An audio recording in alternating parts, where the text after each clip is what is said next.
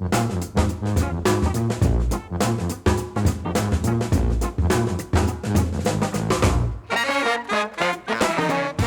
listening to What's Working. I'm Cam Marston. Great to have you along with another show for us. I'm still kind of stretching my limbs on this podcast, not radio show, and all the flexibility it gives me.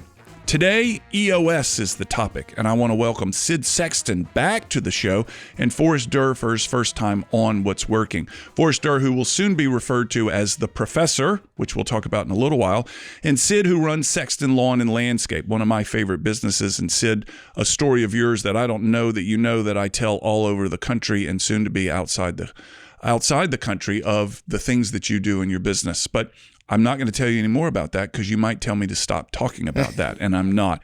Welcome, both of you, to What's Working. And Sid, welcome back to What's Working. Thanks for having us. Happy to be here. Tell me a little bit about, so our focus is EOS. It's the Entrepreneur Operating System, and I have intentionally learned only a little. You sent me some stuff to prepare, Cool. But I've intentionally learned only a little, with the assumption that my listeners are out there in the same camp as me, having only known what's only a little. So who wants to lead us off? Forrest, is this where you jump in to say, here's what it is, here's what it does? I can probably do that. So from the information that I've heard, there's probably about 220,000 businesses around the world running on EOS. So it's definitely a movement, but not everybody's running on it.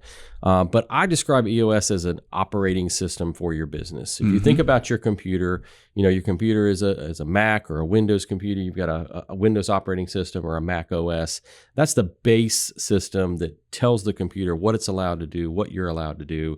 And then you have software on top of that. So you may have Adobe Reader or AutoCAD or Autodesk or whatever other software.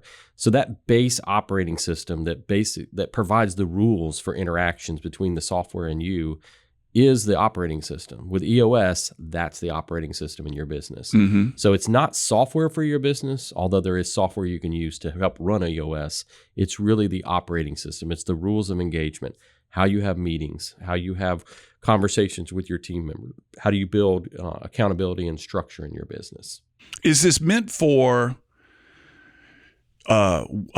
veteran companies? Is it meant for companies that have had some longevity to them, or is it the startup company that's absolutely whirling around? Yeah.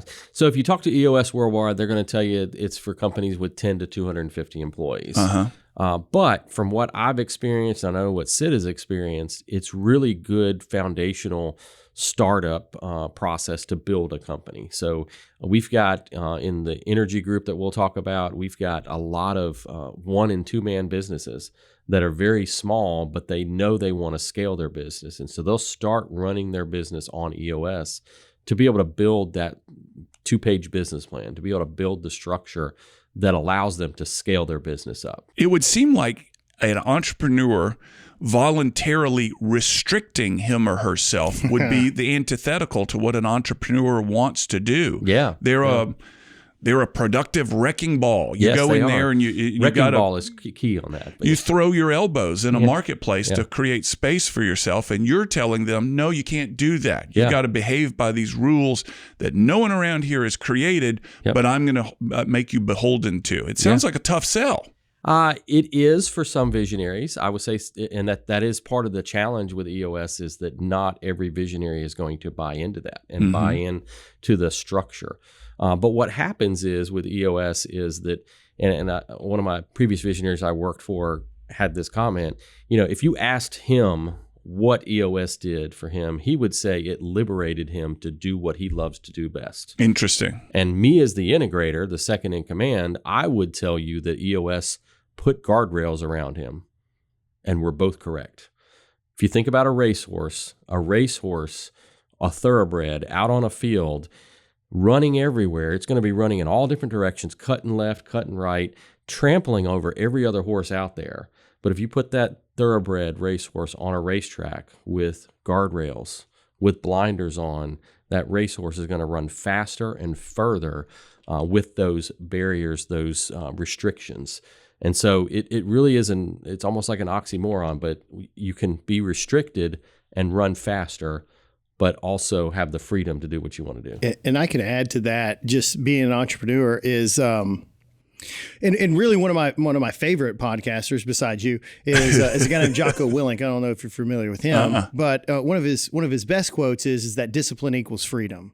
And I think that's I'm familiar with that quote, and there's a lot of wisdom in there. I'm sorry, Sid. No, it's okay. I think it applies here, and I think it applies in all aspects of life. But you probably, having as many conversations as you've had, have seen that entrepreneurs are good with coming up ideas, and that's a good part of it, but it can also be a detriment too, where you get running around in circles and without some sort of discipline with that thought process, and discipline, more importantly, with the execution, you run in circles. So EOS creates a framework for you to operate within, and a filtering process to filter out maybe some ideas that aren't ready yet. You know, let's go ahead and see these other ideas through first so we can really get traction, which is what EOS is all about. Entrepreneurial Operating System. Let's get some vocabulary understood here. EOS is Entrepreneurial Operating System, and you talk about VI, Visionary and Integrator. Yep. I think most people can capture what a visionary may be.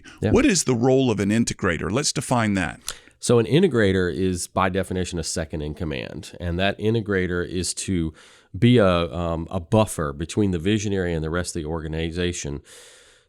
There's an illustration I've used several times. Some people roll their eyes, but if you think about the visionary as being God, he's coming up with the ideas, he's developing what he wants to do. And most visionaries love this parallel, by the way, I'm certain. Some are a little humble, but most aren't. It makes me cringe. It makes me cringe. But if you think about the visionary as God and the integrator as Moses. Oh, I see. And then the VTO, which we'll talk about in a minute, as the 10 Commandments, that's the plan. The integrator is really Moses executing the plan of the visionary. Mm-hmm. And so some people joke and say the integrator is an executioner, could be in certain situations. Yeah. But the integrator takes the vision, crystallizes it, simplifies it so that it can be communicated to the rest of the organization, and then goes and executes the vision. Questions piling up for me here. You said it allows the visionary to do what he or she is good at. Yes. How do we determine what they're good at? Do they already know, or is it that they've had success elsewhere doing everything and they think they're good at everything? How do we determine what they're good at? How do you restrict them to what they're good at? You want to take that? Sid? I would say that's probably going to be visionary dependent. Let's take my case. I'm good in the landscape industry. Horticulturally, agronomically, I understand that, and I really kind of understand the interaction with the customer and what experience they're looking for. It is the organization of the people and staying on top of a fairly large organization that can distract me from staying focused on what the experience needs to be and driving forward excellence and what's the next thing. Is it robotic mowers? Is it electric setup for all of your equipment and your vehicles and everything else? Is it something else along those lines? Is it a new agronomic plan that is absent of glyphosate, and what could be substituted with that? So I understand that an integrator can take what the ideas are and free the visionary from the execution of those plans so I could continue to be a visionary. Mm-hmm. I think that helps. But it could be something different for others. It could be a computer programmer that just needs to be there coding and driving forward the business with new code. So I'm not sure, but I think it is dependent on whoever the visionary is. Is it a part of the integrator's job to say, hey, visionary, limit yourself to this? I would agree. I can see your talents and this, and you're getting distracted with this other stuff. Correct, and that is the integrator's role, is to kind of keep that visionary focused on what they're good at. So we're talking about good at industry or good at programming or good at whatever, but within that visionary role, it's big relationships. Yes. It's really driving the culture of the business. This is, Sid's business. This is the culture that he wants to be in that business. It's not my job to, argue with the culture or try to define the culture. It's my job to make sure that the culture that he has built out in the organization is permeated throughout the organization. So as the integrator, though, can you bring best practices from other places and to say something like, Sid, you're building a culture that ultimately will wind up dysfunctional. Are you asked to bring your wisdom to this, or to execute only this limited role within this organization? No, you can answer, but I would absolutely say that I am, as an integrator, to bring wisdom and experience from other organizations to apply that in there. I mean, in the landscaping industry, I didn't come from the landscaping industry, but I tell people I ask a lot of dumb questions, but the dumb questions create conversations to say, well, we've always done it this way. There may be a better way to do it. So absolutely, I think the integrator should bring their experience into the business. And I think that the EOS system actually forces enough interaction that you really build trust. And so after a little while, the visionary understands what the integrator role is, and they understand that they're there for the best of the organization. They're really there adding information and tidbits to help all of the organization to move forward. And once you build that trust, everything moves faster. You said forced. The integrator is forced to work together. They're forced to understand something, which suggests that there's a model here, and which brings the question of where is this? This is new to me. Okay. Is this new? I mean, you said there's 220,000 businesses doing it. Yeah, Give me the history of EOS. Where is it born from? Go ahead, Professor. Professor, there it was. So I would say that EOS is not revolutionary. The way it has been packaged, Gino Wickman was the creator of it. He wrote a book called Traction. And really what Gino did is, and I'm paraphrasing what I understand about the story, is he went and interviewed successful business people, successful organizations, and took an understanding and gathered notes about what do those successful leaders do. They take clarity breaks. They have a defined business plan that everybody understands. They have KPIs, key performance indicators that everybody knows, and everybody has a metric in the business. So he really just interviewed the best leaders, best business organizations. How are they successful? Took those ideas and packaged them into a system that can be replicated. And I think that's really the genius behind EOS is it's not the concepts, it's how they've been packaged and how they've been systematized to where there are coaches called implementers that can come into your business and teach you how to run your business on EOS. You were, prior to us turning the microphone on, you mentioned to me some business visionary integrator relationships. Run through that list again. It's pretty interesting. Warren Buffett, visionary. Charlie Munger, integrator. Mm-hmm. I would argue that Warren Buffett, Berkshire Hathaway would not be as successful as it is today without Charlie Munger there. Right. You got Steve Jobs and Steve Wozniak. Steve Wozniak was the integrator. Steve Jobs obviously was the visionary. Mm-hmm. Somebody had to keep Steve Jobs in check. And I've heard somebody talk about this the other day, and it really was interesting to me, the illustration. He said, Tim Cook is not a visionary. If you think about Apple products, how many new things have come out since Steve Jobs died? Yeah. It's just new iterations of the same thing. Anyway, so you really have to have that VI relationship. Walt Disney and Roy? Yeah, Roy Disney and Walt Disney. Everybody knows Walt Disney. Right. Roy Disney was his brother. Yeah. Walt Disney would not have been successful without having an integrator. Yeah. And so those are some of the illustrations. I can't say that they were running on EOS because EOS wasn't a thing back then. Right. But it's the concept of having that yin yang, that visionary integrator, that idea person, and then the person is going, all right, well, let's do that, but let's talk about what are the steps that are required. Can I go back to the framework and being forced and stuff like that too? I think Forrest was going through, this is how we do things, and this is one of the main things. And I think one of the core elements is what is called an L10 meeting and meetings. And I don't know if you follow Pat Lancioni, but he says if I can check out any company's meeting, I can understand their culture. Yeah, I understand if they're successful or not. I'm paraphrasing. So an L10 is an agenda on how you run a meeting. Every week, same time, same agenda. And why do people hate meetings? And I'll answer that because they don't start on time, they don't end on time, they take too long, and nothing ever gets done. Everyone feels like it's a big waste of time. With an L10 meeting, and it doesn't take long to get good at it, but once you get good at it, you really get traction. One of the key components of that are the to-dos that come out of the issues that are discussed and solved. We can touch on that, but that forces everyone to have some accountability and everyone to have action steps to really drive the organization forward. And I think that's one of the key components. There's other things like rocks, and which are basically just large 90-day goals, and all of that structure forces the visionary and everyone else to perform at its best. And I think you get real traction. And I keep saying that because that's the name of the book Gino wrote, but it makes a lot of sense that that's where you really get the business moving in the right direction. We're going to take a little break right now to hear from our sponsors. I want to mention Allison Horner's State Farm Agency. My wife and I are clients of hers, and she has been extraordinarily responsive to Lisa and me and anything we need from Allison. Her team has been very professional. We've loved working with them, and more recently have been working with a woman in Allison's office named Emily. If you're looking for any sort of auto, home, property, casualty stuff, and you think State Farm can handle it, I encourage you to give Allison Horner State Farm here in Mobile, but she can help you outside of Mobile as well. Give her a call, give her a shot at the business.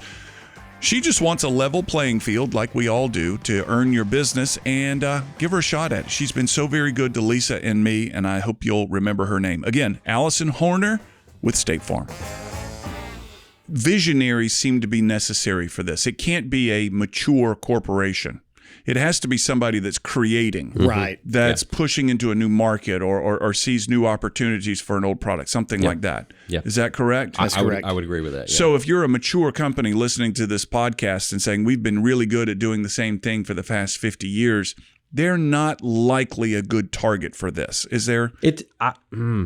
I would argue that it depends on. You're also a salesperson, so you're going to sell anything Well, you no, possibly I'm not. can. He's actually not. I actually am not a salesperson. Yeah. I don't sell EOS. There's nothing I get out of it other than I just really appreciate it and found my niche.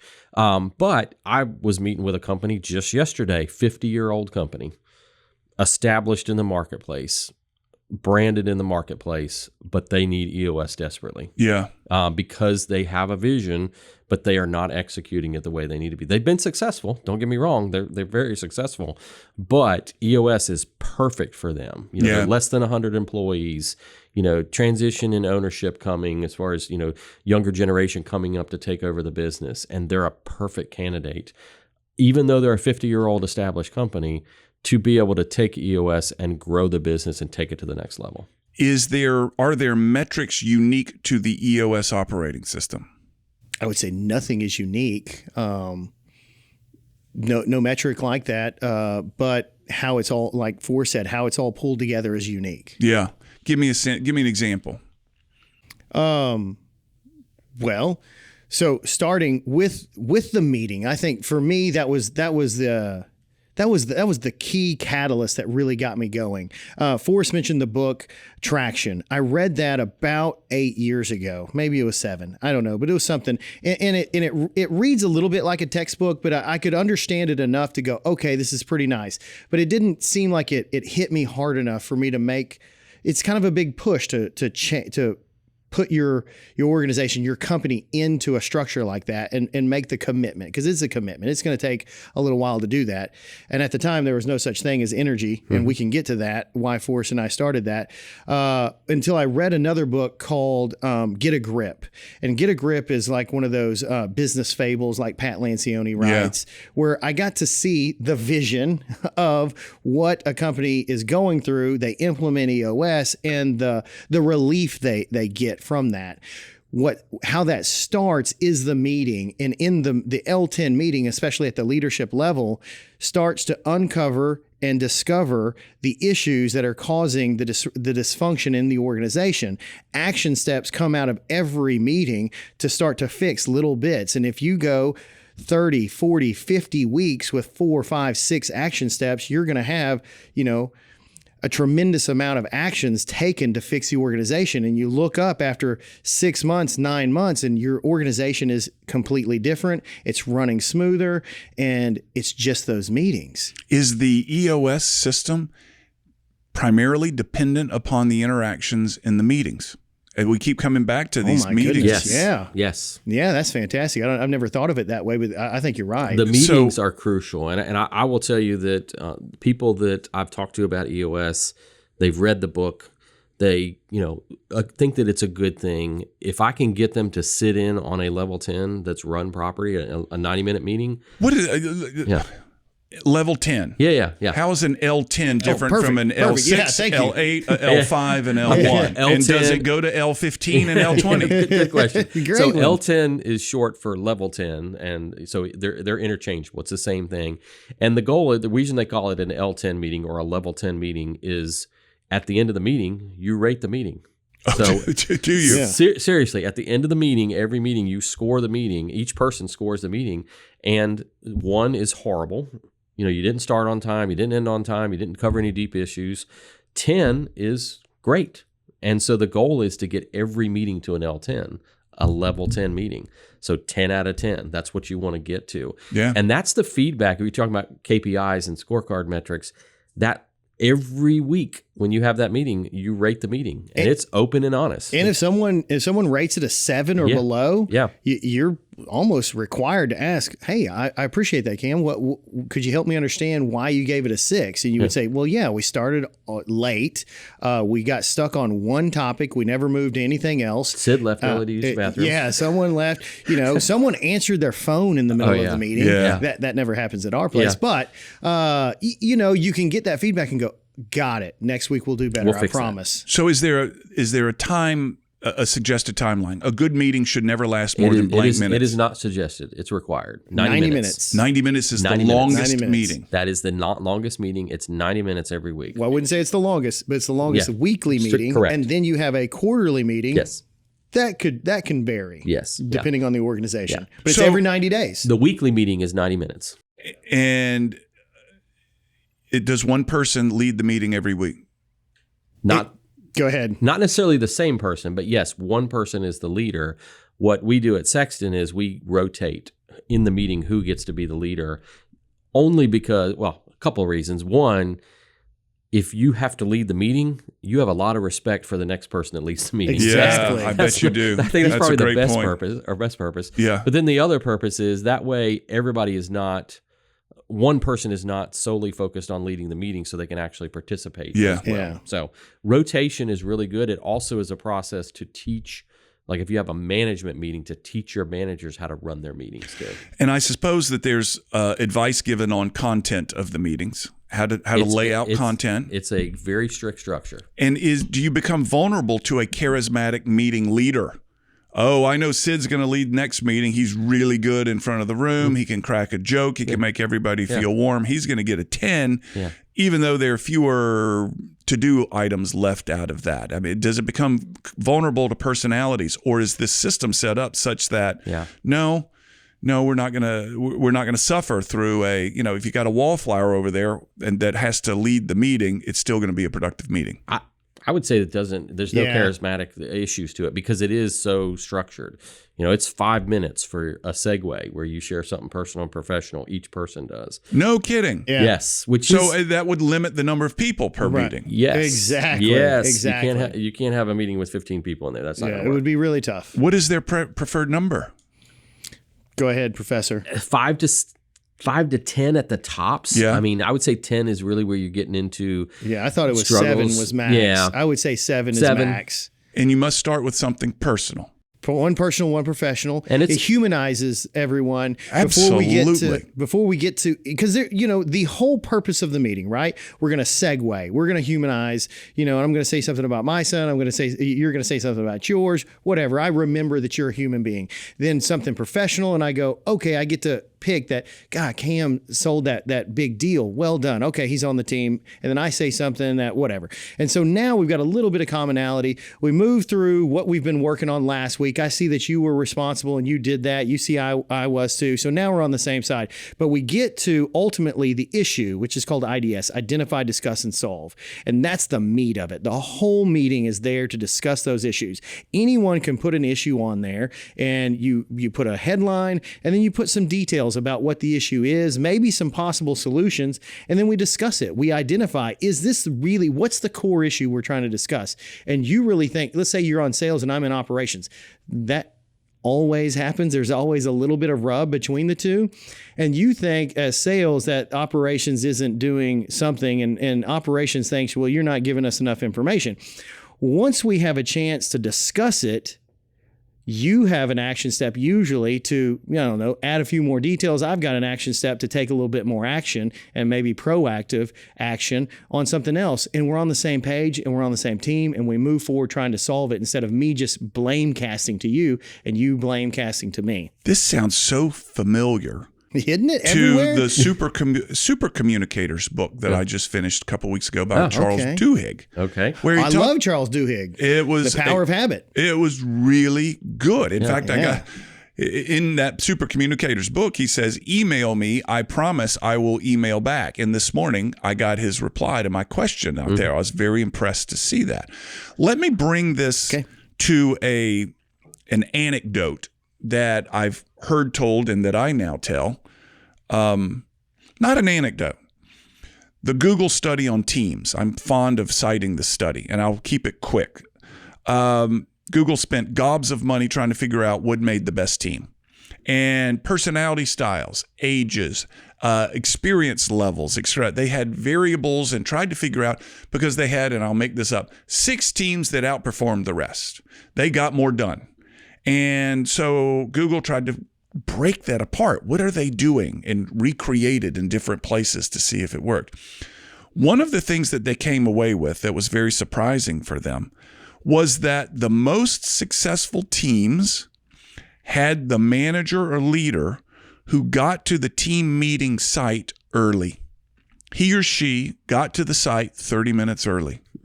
And as everybody came into the room to prepare for the meeting, he or she would acknowledge these people to say, hey, Sid, how's your son? And it was known from, we'll make this up, 8:30 to 9, and the meeting starts at 9. Hey, we're going to have our 9 o'clock meeting, but I'll be there at 8:30. Come on in. Let's visit.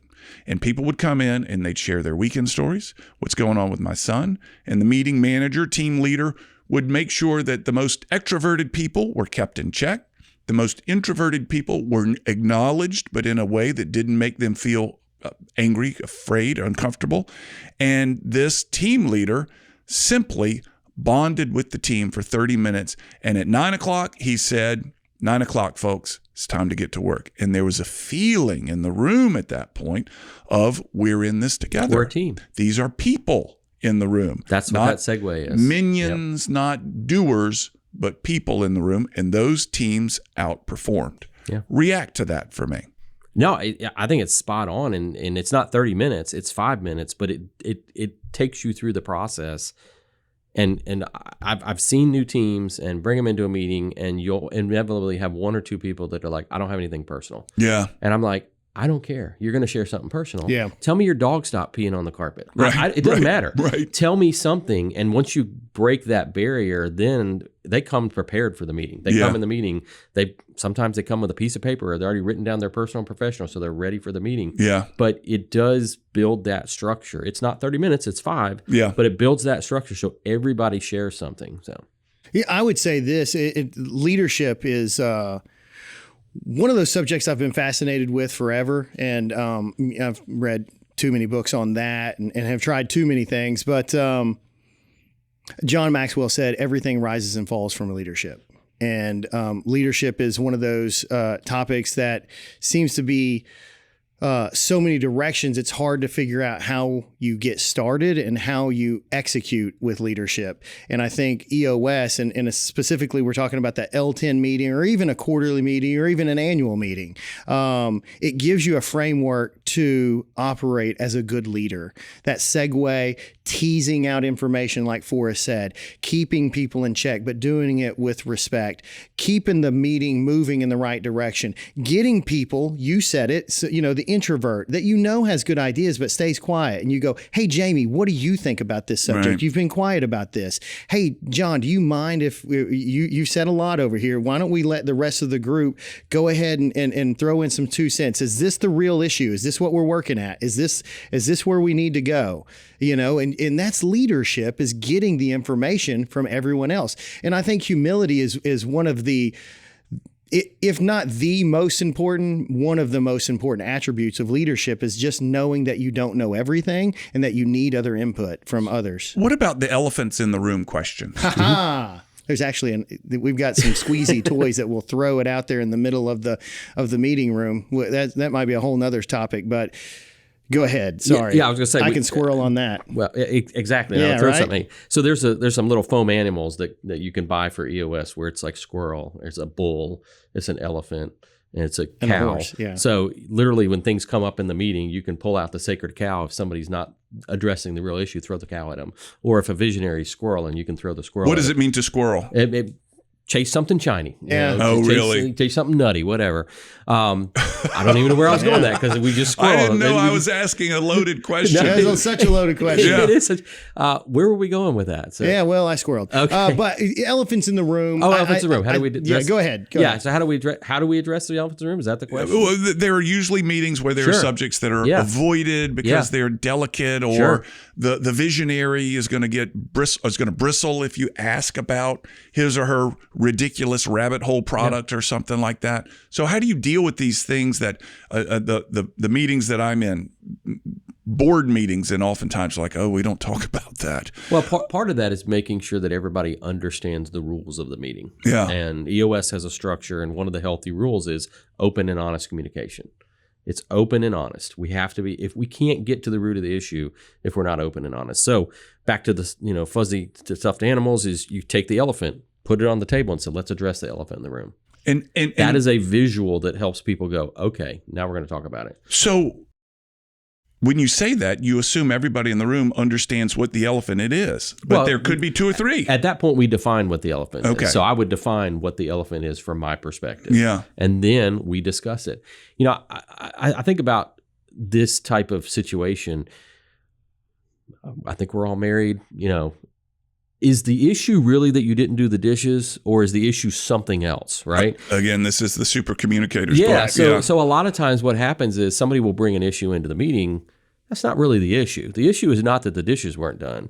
The issue is that you didn't take the garbage out last week and you kicked the dog on the way out. Right. So things can manifest themselves and bubble up, and that's important. And part of that IDS process is to get to the elephant in the room, to get down, ask why 5 times, why, Right. until you really find out what the issue is. And I can't tell you how many times I've been in a meeting and somebody, will say this, we got this problem. Well, what is the problem? That doesn't sound like the problem. That sounds like a symptom.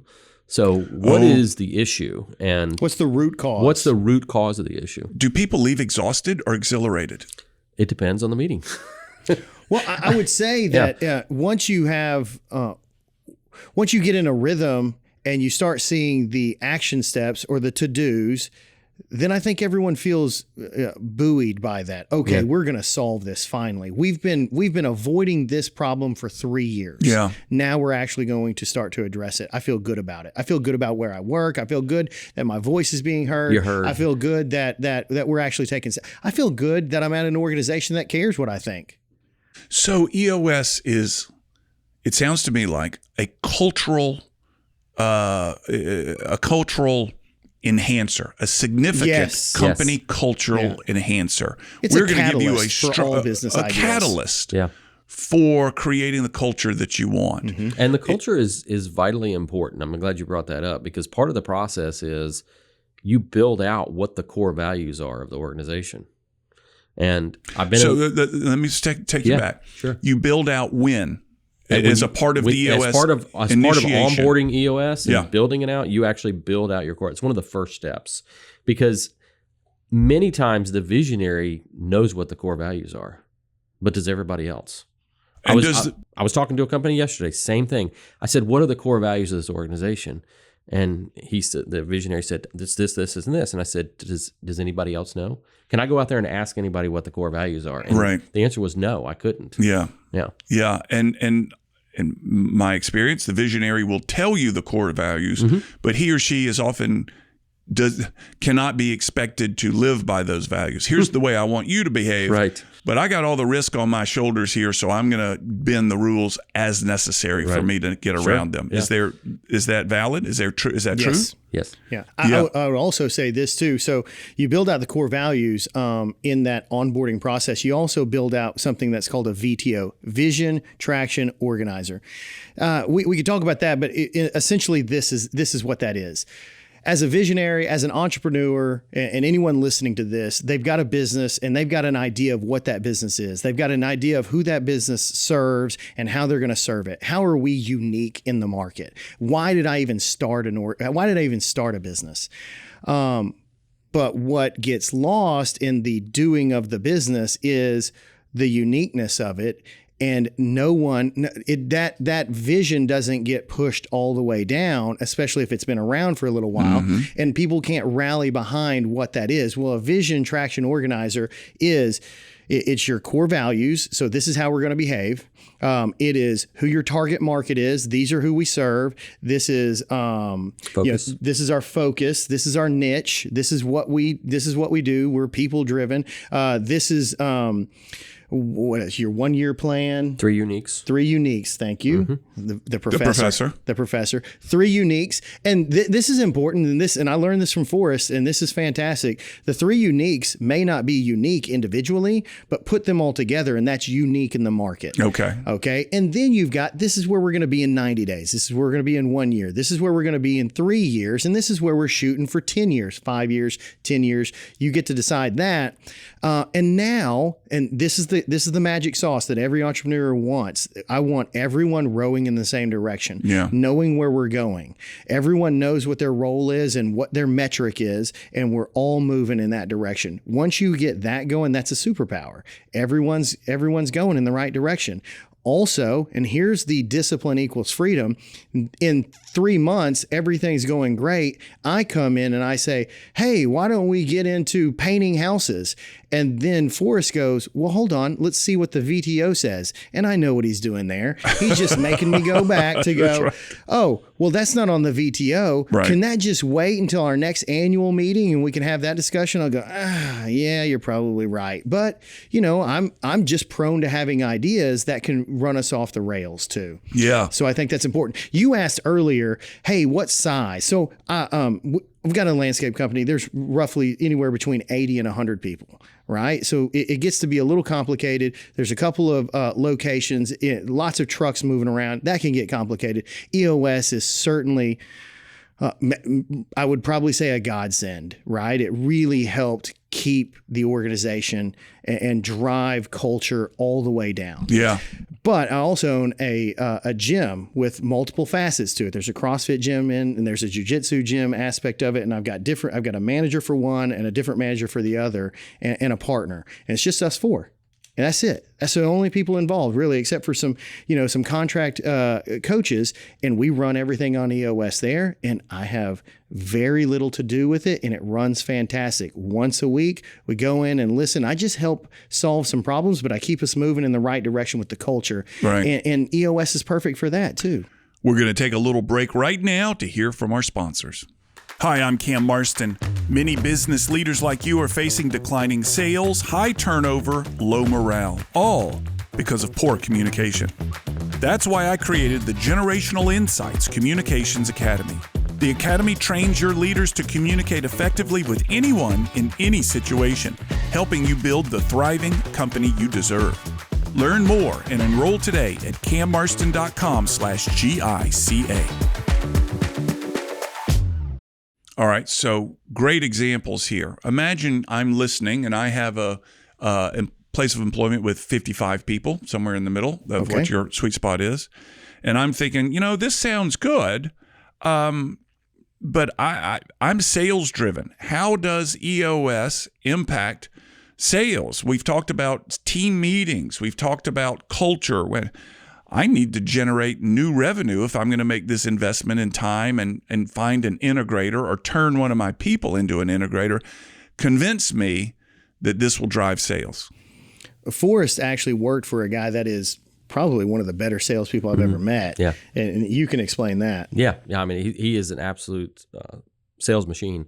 But what we did was we were able to take the focus of the business and crystallize that to have a very clearly defined target market, have a very clearly defined ideal client profile, and very clearly defined products. So what happens with that is, and Sid's seen this personally multiple times, when you go talk to a marketing firm to help you come in and grow your business, right? when you show them that VTO where you've got an identified ideal client profile, product service mix, goals for 5 years, goals for 3 years, they literally have a drool coming down the side of their mouth. Make their job so much easier. Dave Gibson could tell you that example because he actually came in and looked at the business with us. So it helps you crystallize where the salespeople need to focus. I would say, before we were really running on EOS, our salespeople were running around looking in all different directions. I was going to say sales is perfect example because sales, a sale is a sale. But on the other side of it, the backside of it, you got to execute it. And so that's where you really get into a problem. If you can you're a salesperson, you're sales driven, that's fantastic. We just need to focus you on what's most important. So you can better use your time and prospect way better and vet your potential client. I'm saving you tons of time. Your closing ratio will go up. Your average job size will go up. Everything will go up if you're focused in the right direction. We take you from a shotgun to a laser. You know? What is the role in the integrator in all this? So we've talked about the meetings and the significance of that. We've talked about how this applies to sale. I like your metaphor. If you're now a laser versus a shotgun salesperson, and the integrator is there to do what? I am there as an integrator to. Forrest is the professor and the integrator. I am there to lead the teams that are going to execute. So sales, director of sales, VP of sales reports to the integrator. VP of operations, director of operations reports to the integrator. Director of finance. That's typically the structure of most EOS companies is you got somebody sales, operations, and finance. Those people report to me as the integrator. I take the vision from the visionary and make sure that those three know what they're doing. They know what their roles and responsibilities are, and they're executing the plan. Yeah. So, do the people who are now reporting to you, if you've stepped into a mature company, think that you're an asset to their? I would imagine it's a tough sell. Here's a new guy who's suddenly reporting to the CEO, the boss, the visionary. Yeah. It's a role that we've all had access to him or her before, and now we've got another layer. Yeah. So, speaking from experience, the professor, I think the other nickname I had was the hatchet and the spy. Yeah. So when I first came in. But yes. There's some undertones to those. There's definitely intimidation initially in that relationship. But what an integrator should do, in my opinion, is they should sit down and meet with these stakeholders and spend time with them and understand what their roles are. So one of the things that I did when I first started at Sexton is I went and rode around for a full day with each manager, spent the whole day with them. Yeah. Did not give any advice, did not give any counsel, did not say, hey, you really are doing this wrong. That was not how I walked in there. I just listened, observed, and made notes. The first two, they were cordial, they were nice. We did the thing. By the third one, they all are talking to each other because like, what is this guy doing? Right. The third one sat me down afterwards. What you've spent the day with me. What do you see that I could do differently? What could we do better? So that's a very progressive thinker. And then I started sharing with him what I observed.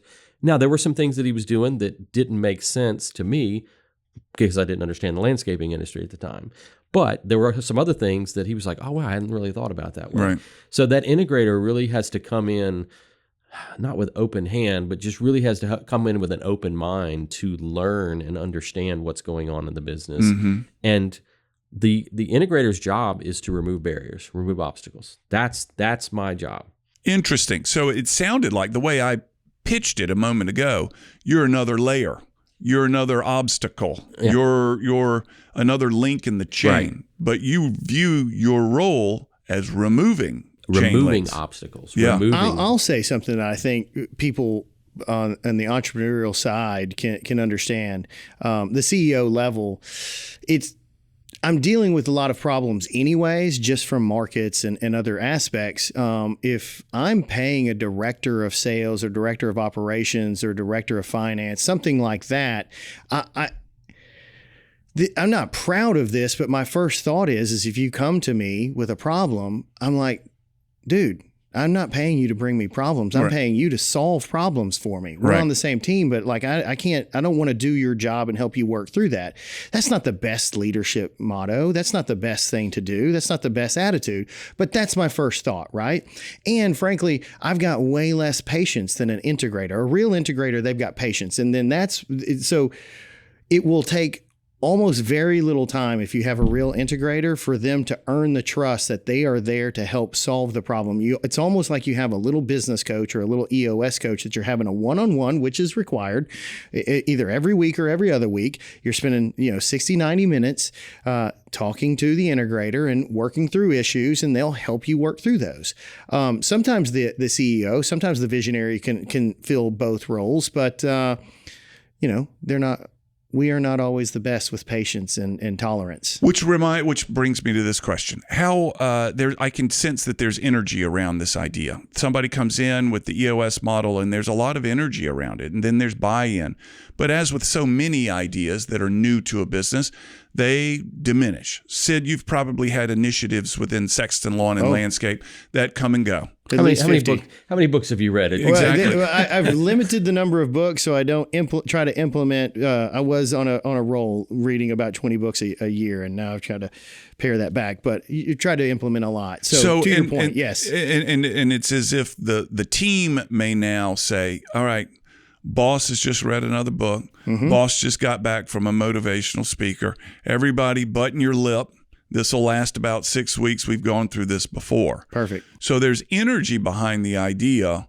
What gives it, I hate to use this word because it's the book title, what gives it traction to last beyond the 6 weeks of the new energy? The meetings.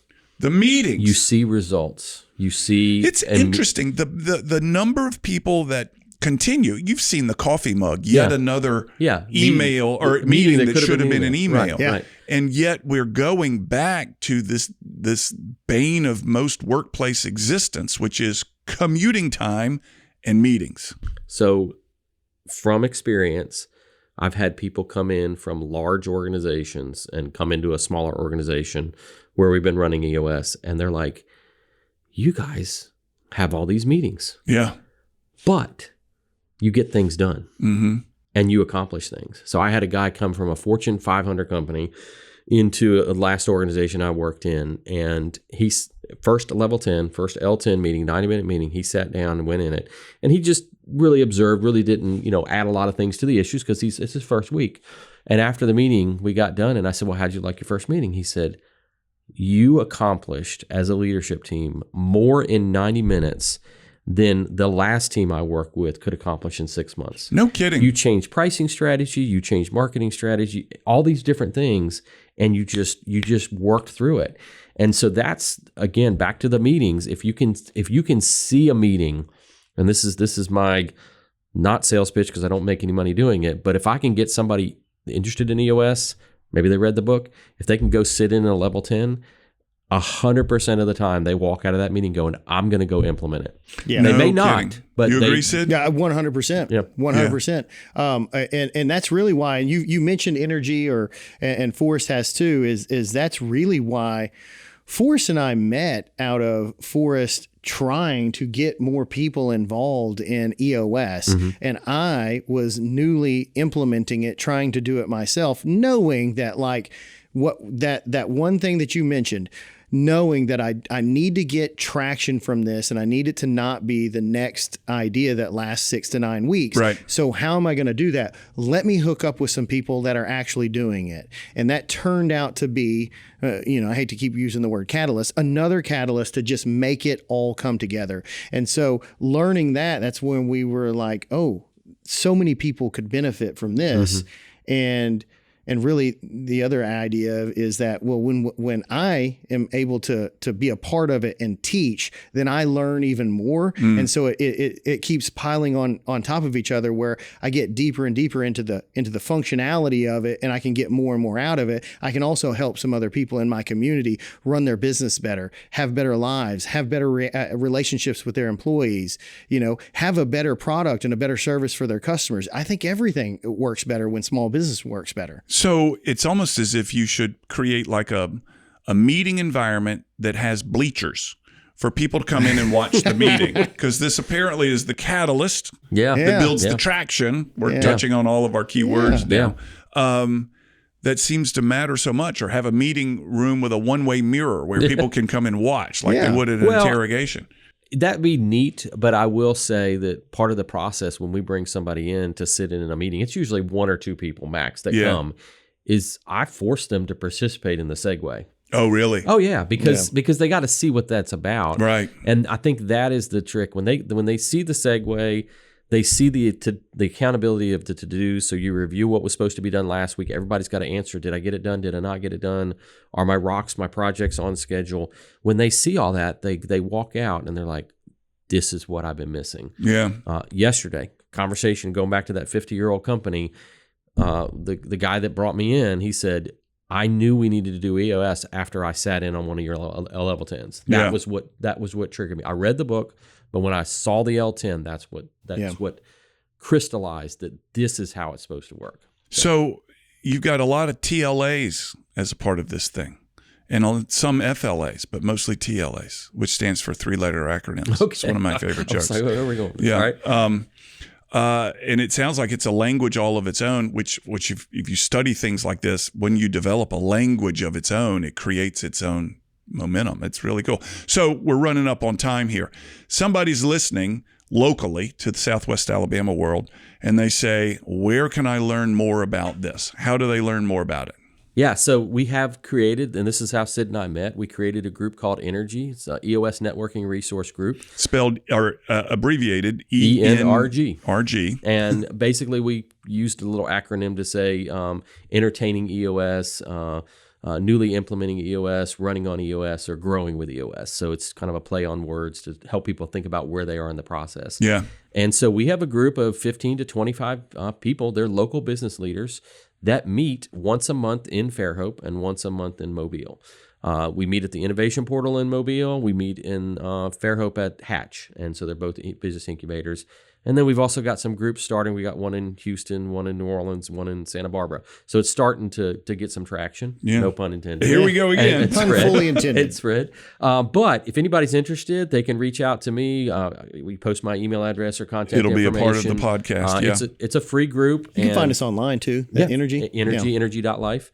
Yeah, and so it literally is just a group of business leaders that get together and talk about how to get better at EOS. Yeah. Yeah. So, each week we go over an EOS tool in the toolbox. We run it like an L10, and you get to see at least some of the software that we can use to run that. You get to see some of the other aspects of it other than just the weekly meeting. There's other aspects to it too. Yeah. But you can get a little deeper into it and dabble. There's a software called 90 that 90 minutes, 90 days. Highly recommend, because we're talking about a lot of things. Mm-hmm. This is tough to keep in check, and that software is very inexpensive, and it's the most valuable software I've ever purchased. I'll make a link to the software in the podcast notes, folks, if you want to find that. It's called 90. 90.